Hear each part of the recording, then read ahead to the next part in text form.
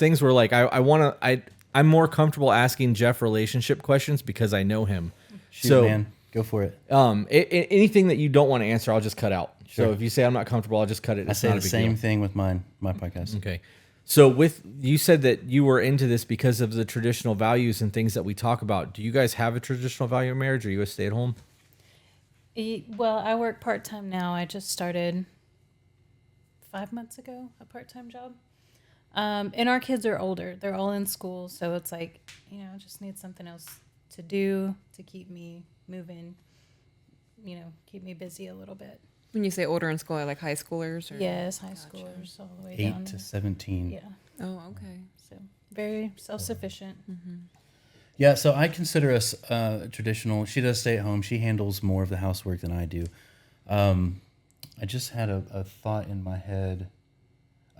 So mostly when it comes to like decision making, leading the household, that kind of thing, Kayla definitely defers to me. So there's a lot of it there. We listened to a clip on the way up here that actually reminded me a lot of our marriage. Y'all were actually super pissed. It was a kid an older guy that had lived on his own and a girl that still lived with her parents, and the kid was, or the guy was talking to his mom about stuff instead of, and so I really that resonated with me that yes, I may go to somebody that's experienced it or the expert for the advice, but then I'm taking it straight back home and we're talking about it together with all the information, stuff like that, So maybe traditional is not the best way to describe it per se, but just the ideals that, the communication, the partnership. I think y'all have mentioned, we call it post-game. What do we call it? Debriefing. Debriefing. Yeah. So like, whether we're talking about sex or just anything, we'll debrief after and we're like, okay, well, how did you feel about this? Or what do you think about that? Right. We'll do it in the car when we leave here. Yeah. And pausing y'all's podcast and talking through it. We do that with everything. Sons of Anarchy or whatever we're watching on the, pause it. Did you see that? And we'll talk for 10 minutes about it. We do the same thing. What do you make of this situation that just happened on that show or whatever? So it's like less the need to be watching or doing something to escape reality. And it's almost like I'm doing it so that I can pause that shit and talk to my wife about it, like connect with her. We are the poster children for over communicating. I think like a week ago, I texted him and said, "Hey, you look really sexy when you wink at me, and you haven't done it in a while. Can you maybe do that later?" Now my eyes are worn out from winking. Yeah. He immediately sent me a video and has been doing it ever since. And I'm like, that's fantastic. That's what they mean when they say, tell your man what you want. If you want him to wink at you, ask him to wink at you. Mm-hmm. He'll the do booty it. pics, the 5 minute, that all those types of things that y'all say. I'm like, hey, we do that. People don't realize being able to just communicate that shit instead of getting mad at somebody for not knowing that that's what you want. People get caught up in shit. You're now a partner in like a major business. Yeah. Your life is going to get very stressful at times, and that those times that you're super hyper fixated on trying to solve problems at work is going to drain you to the point where when you come home, you're going to be exhausted. Yeah. And that exhaustion is going to show, and you're going to see it. But over prolonged periods of time, things that you normally do when you're feeling good fall by the wayside. And those reminders of, hey, wink at me, goes a long fucking way to be like, oh shit, I've been focusing so hard on my work that I've been neglecting my home life. And that's how I take that when she tells me that shit. Yeah. Like, I got to step my game up. I haven't been smacking her ass in the kitchen. Like, I need to, That's always the one I say too. Oh, I love that. But it happens. And that's what it comes down to. Yeah. All of those times always happen when either my estrogen is always too high. Like and she can tell because we'll be watching a TV and something will happen. I'm like, yeah. She'd be like, go take an estrogen blocker. I'm like, okay. That's so funny. I think the reception is a huge part of it too, because it's easy to be like, oh, you want me to wink at you? Yeah. Okay. That's so silly. How needy are you? Yeah, no. I show you I love you in other ways. Yeah. I can't count the amount of times that she's just said, hey, grab my butt. And it's like, communicate to me that you need that. I'd be happy to. Word? You want me to touch your butt? Okay. On it. I'm on board. Yeah. And taking it back even further, when I took on this partnership, she was like, okay, what's this? We set boundaries. We talked through what that was going to look like for us, what that was going to do with my schedule. Because before, I had the podcast part-time, but I was working a 9 to 5, a desk job at home. And I still am, but it's more demanding. So we saw it coming and we're able to communicate it. And I think it's gone pretty well. Yeah, you're doing a very good job, hon. There's been a few hiccups where I'm like, hey, like the other day, hey, you were more patient with this coworker on the phone than you were with me when I was asking you something, and that hurt my feelings. But she says it just Right. like that.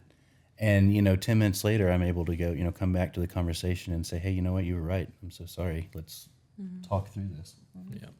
We have those discussions from time to time too. I think that when she gets frustrated with the kids or something happens and she gets frustrated and she's tonal, I know I don't really ever take it personal. And she catches it before I really ever have to say anything, and she'll apologize. I do, yeah. But I know that as your husband, I'm supposed to be the one to take the brunt of that. So in the event that like that situation was to happen and she was to get shitty with somebody or get shitty with me afterwards, I'm like, okay, she's having a day. And that's just going to be the end of it. And then when she's calm, be like, you okay? Because like I could tell you're going through it earlier. I'm not going to take offense to that shit because I know that that's my job is to be that crutch and bear that weight when she's going through shit.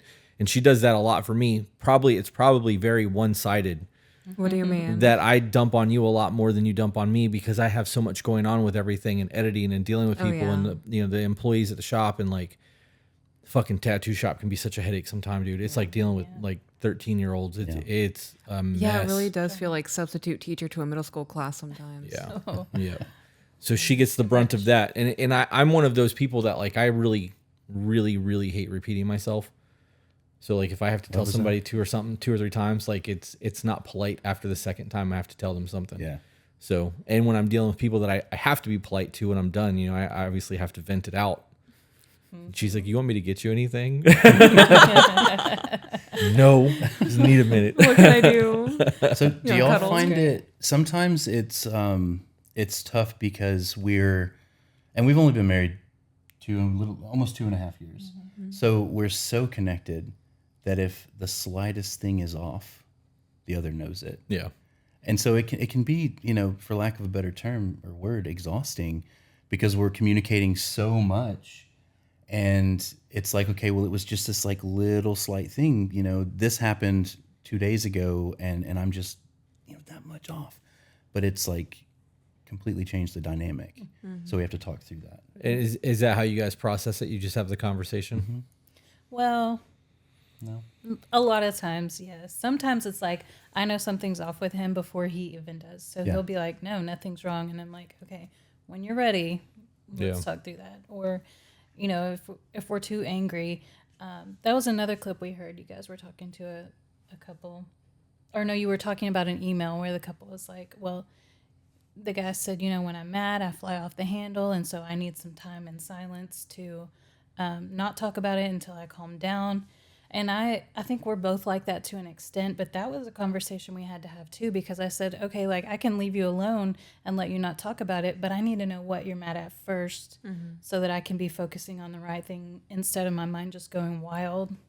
Yeah, and then I'm getting a head start, right? Like if I know that I'm pissed off about something and I'm not sharing it with her, then I'm getting the head start. I'm processing through those emotions, and then when I come to her with them, she's not ready to talk about them because I've had 6 hours to process them myself, So, yeah. That also causes another issue of you're over it at that point. Yeah. And then you present it to her. Now she's going through it all over Exactly. again because she didn't know what the problem was.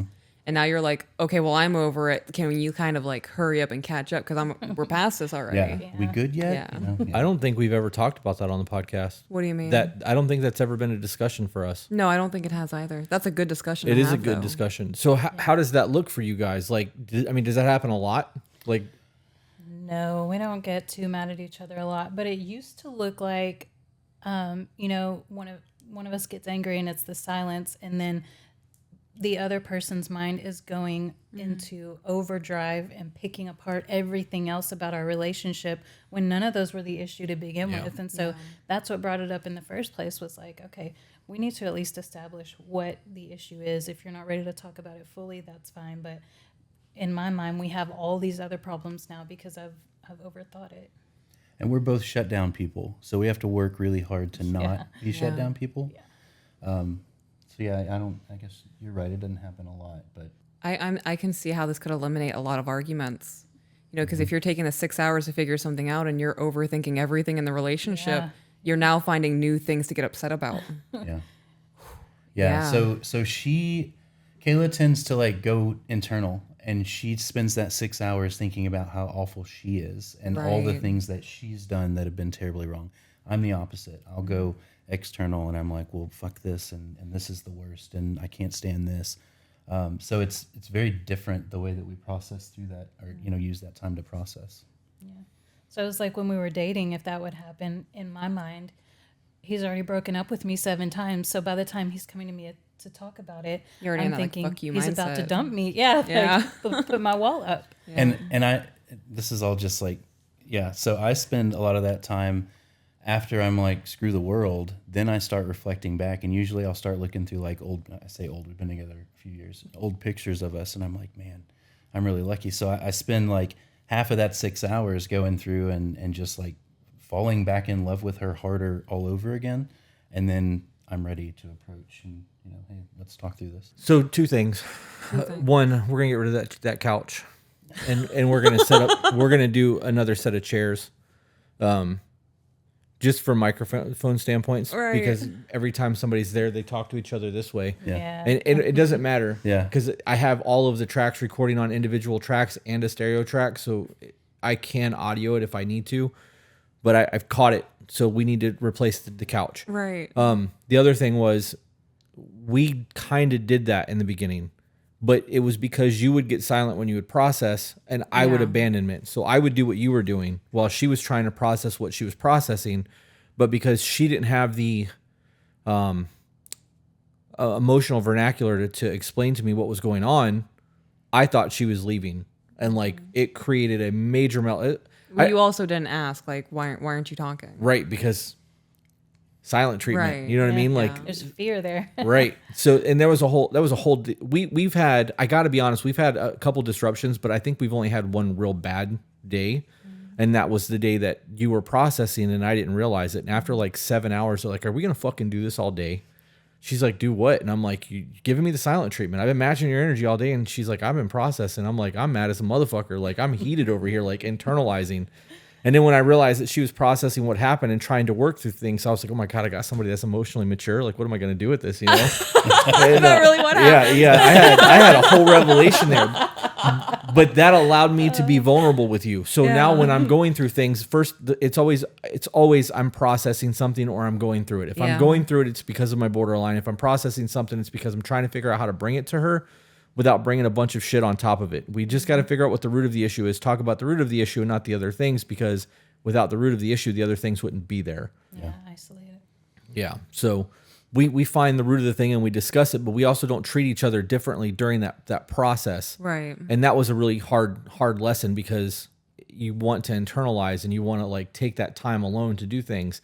So now she's like, I'm gonna go to Lowe's and look for plants. You know what I mean? Or I'm gonna watch YouTube and put my headphones on for a little bit. So we have those moments where we can have that alone time if we need to get away to do that, but it doesn't happen very often. In those moments, though, when I am leaving for Lowe's, it's not a okay, bye, slamming the door No, dramatically, never is. flipping off the security camera as I'm walking down the driveway. It's I'll be back in a bit, babe. Do you need anything while I'm Yeah. out? You always hug and kiss. It's never Yeah. like a bad. I couldn't imagine you slamming the door. That's something I used to do a lot. I couldn't imagine you doing that. Oh, here. I used to be a really crappy person. I used to be a house burner downer myself. Oh, yeah. Like Yeah. door slamming. I'm out of here. I'm done. For Oh, yeah. yeah. If I'm self-destructing, everything is going down with me. You're burning too. Yeah. I love that you're getting the best version of me. Me too. Me too. Because Such a lucky man. I can keep my cool for a lot of things, but if you slammed a door while we were talking, it'd be game over. There was a time the wind caught the door as I was leaving, and I opened the door and I was like, just so you know, I didn't slam it. It was the wind. Kids do that. Yeah. Our kids do that. That's so Open it funny. back. I'm so sorry. That was an accident. Yeah. Yeah. Yeah. There's weird things that really set me off, slamming doors and throwing things at me. Like even like, hey, catch. If it hits me and I'm not paying attention, it instant rage. I don't know learned what that it is. one. Man. Is it childhood stuff? You I think so. So I think so. I flinch. You know, I could know it's coming, and if she's gonna toss me something, I'm still like, oh, don't hit me. It's funny. Yeah. Yeah, I think the throwing thing at me is a childhood thing. I can't place why that's a thing, but even if I catch it, I still get mad that somebody threw something in my direction. Like, hand it to me. I'm not a baseball player. Like, I'm not gonna catch that shit. She does. She'll catch everything. 9 times out of 10, I do. Yeah. That's wild. And that could also be a childhood thing now that I'm thinking about it. Hey guys, if you enjoyed that, found it entertaining, funny, or even learned something you didn't know before, share it. And if you're not subscribed, why aren't you? And for those of you who want to support us, get access to exclusive content and live streams, we do have a Patreon. All the links are in the description.